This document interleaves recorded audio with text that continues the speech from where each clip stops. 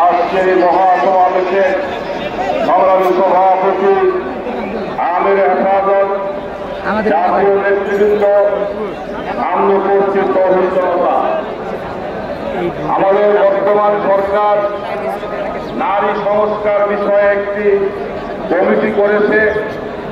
যাদের দেখলে বোঝা যায় না এরা কি নারী না পুরুষ না তৃতীয় কোন লোক। এই নারী সংস্কার কমিশন তারা যে প্রস্তাবগুলো করেছে এর ম্যাক্সিমাম প্রস্তাব হল কোরআন সুন্নাহ ইসলাম বিরোধী। ডক্টর ইউনূস সাহেবকে বলি, আপনি আমাদের রক্তের উপর দিয়ে বর্তমান ক্ষমতায় বসেছেন, আমরা আপনাকে জীবন দিয়ে রক্ত নিয়ে ক্ষমতায় বসিয়েছি। অতএব আজকে যদি আমরা আপনাদের থেকে আমাদের খায় সরিয়ে নিয়ে যাই, আপনারা বাংলাদেশে একই থাকতে পারবেন না।